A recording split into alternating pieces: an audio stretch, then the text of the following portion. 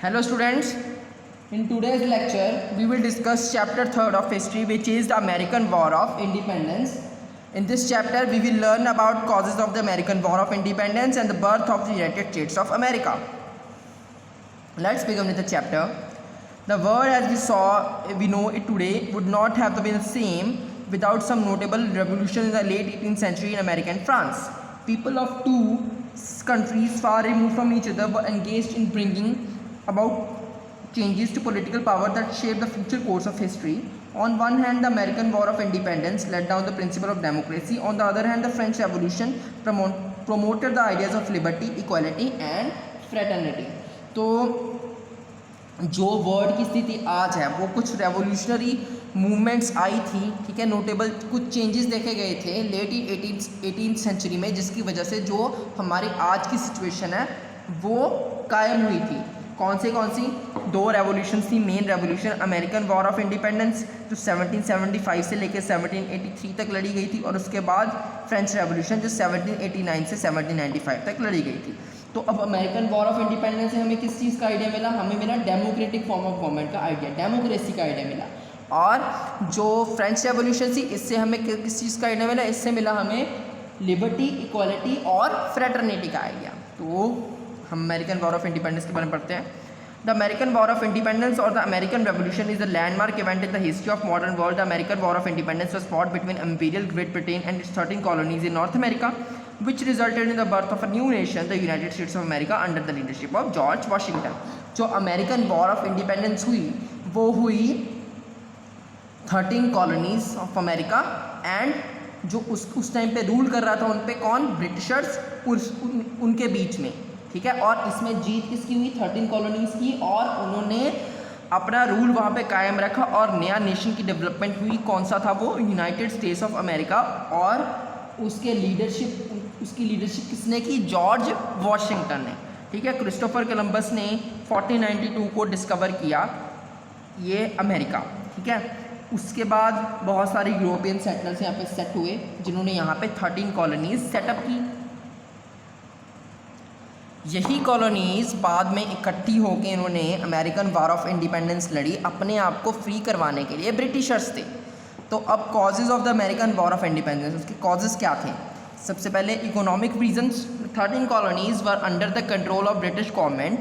Through the government of Britain give them freedom in managing their local affairs. It kept a tight control on their economic affairs. In economic matters they were subject to the British mercantile policy which was concern with the welfare of the parent country. तो अब क्या था कि जो 13 colonies थी वो British government के under थी, ठीक है. तो ब्रिटिशर्स ने उन्हें इतना अधिकार दिया था कि वो अपने लोकल अफेयर्स को अपने आप हैंडल कर सकते थे, जो छोटे लेवल पर अफेयर्स थे, पर उन्होंने इकोनॉमिक अफेयर्स पे अपना अधिकार जमाया हुआ था, ठीक है. उनका मानना, उनके पास उनकी ये पॉलिसी ब्रिटिश मर्सेंटाइल पॉलिसीज़ के अंदर क्या था कि वो अपना भला देखते थे, ना कि उस कंट्री का जिसमें वो रह रहे हैं, ठीक है. Britishers. By the mid-18th century, the colonies had developed prosperous agricultural economies with expanding industries and thriving maritime trade. To cash in on this prosperity, the British government levied heavy tax on these colonies. It placed many restrictions on the trade commerce. This restriction greatly hampered the economic development of the colonies. अब 18th century के mid तक जो ये colonies थी 13 colonies, इन्होंने अपने आप को बहुत ज़्यादा डेवलप कर लिया, अपनी एग्रीकल्चर को बहुत ज़्यादा डेवलप कर लिया, अपनी इंडस्ट्रीज़ को डेवलप कर लिया. तो इस डेवलपमेंट से फ़ायदा लेने के लिए ब्रिटिशर्स ने क्या किया? उन पे हैवी टैक्स लगा दिए, उनकी गुड्स पे, उनकी चीज़ों पे हैवी टैक्स लगा दिए, ठीक है. तो अब जब उन पे रिस्ट्रिक्शंस लग गई तो उनकी जो इकोनॉमिक डेवलपमेंट थी वो एक तरह से डगमगा गई, ख़राब हो गई. Then also the British Empire was under heavy loss and debt after the 7 years between Britain and France. It wanted the colonies to partly bear the expenses of the year. This was resented by the colonies. तो जो British empire था वो बहुत ही ज़्यादा loss में और कर्जे में चल रहा था. जो उन्होंने, क्योंकि 7 ईयर्स की वॉर लड़ी थी जो ब्रिटेन और फ्रांस के बीच में हुई थी, तो वो कर्जे में चल रहा था उस टाइम. तो उन्होंने ये सोचा कि वो जो आधा पैसा है वो इस टाइम पे कॉलोनीज़ भरेंगी, तो इसका विरोध किया गया कॉलोनीज़ के ज़रिए, ठीक है. Then political reasons. While the colonies had their elected assembly, their governor was appointed by the British government. He was all powerful and not answerable to the assembly. He was responsible for looking after the British interest in the colonies. तो अब क्या था कि अपनी colonies की अपनी एक assembly उन्होंने इलेक्ट की हुई थी, पर जो गवर्नर था वो ब्रिटिशर्स इलेक्ट करते थे, ठीक है। उसके पास सारी पावर्स थी, पर वो असेंबली को आंसरेबल नहीं था। वो अपने वर्क के लिए किसको आंसर करता था? ब्रिटिशर्स को आंसर करता था, उनके इंटरेस्ट, उनके फ़ायदे को देखता था। Then under its mercantile policy the British government imposed numerous economic restrictions and extracted tax from the colonies. This was opposed by the colonies, who argued that the British government had no right to tax the colonies since they had no representation in the British Parliament. तो अब क्या था कि ये जो British government थी, इन्होंने बहुत सारी रिस्ट्रिक्शंस, बहुत सारी रोक लगा दी किस पे? कॉलोनीज़ पे, और टैक्सेस लगाने, उनसे टैक्सेस हड़पने शुरू कर दिए, बहुत ज़्यादा टैक्सेस। तो इसका विरोध किया कॉलोनीज़ ने 13 कॉलोनीज़ ने। उन्होंने कहा कि असेंबली हमारी है, पर आप ऐसे टैक्स नहीं ले सकते क्योंकि आपके पास कोई रिप्रेजेंटेशन नहीं है। तो उन्होंने कॉल दी उस टाइम पे, क्या दी call? No taxation without representation, मतलब जब तक आपकी कोई रिप्रेजेंटेशन नहीं है तो आप हमसे कोई टैक्स नहीं ले सकते। Then influence of political thinkers. The writing of philosophers such as Voltaire, Rousseau, Milton and Locke greatly inspired the colonies. The ideas expounded their works helped shape the mind of the Americans, encouraging them to fight for liberty and independence.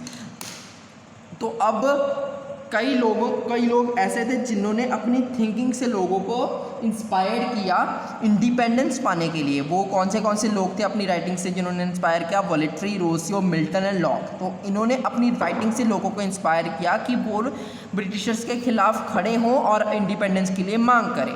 Then immediate cause क्या था? Boston T party. The event that finally sparked of the American war of Independence was the Boston T party of 1773। इसने आग का काम किया, एक तरह से आग में घी का काम किया। Then on 16 December 1773, a group of colonists disguised as Native Americans destroyed an entire shipment of tea sent by the English East India Company. They boarded the British ships and threw the chest of tea in the Boston harbor. This act was in protest against the new taxes, included a tax on tea. तो अब Britishers ने tax लगा दिया था T पर। तो इसके against में जो कॉलोनीज थी उन्होंने क्या किया? उन्होंने जो इंग्लिश ईस्ट इंडिया कंपनी के द्वारा शिप में टी सेंड की गई थी वो सारी उन्होंने फेंक दी।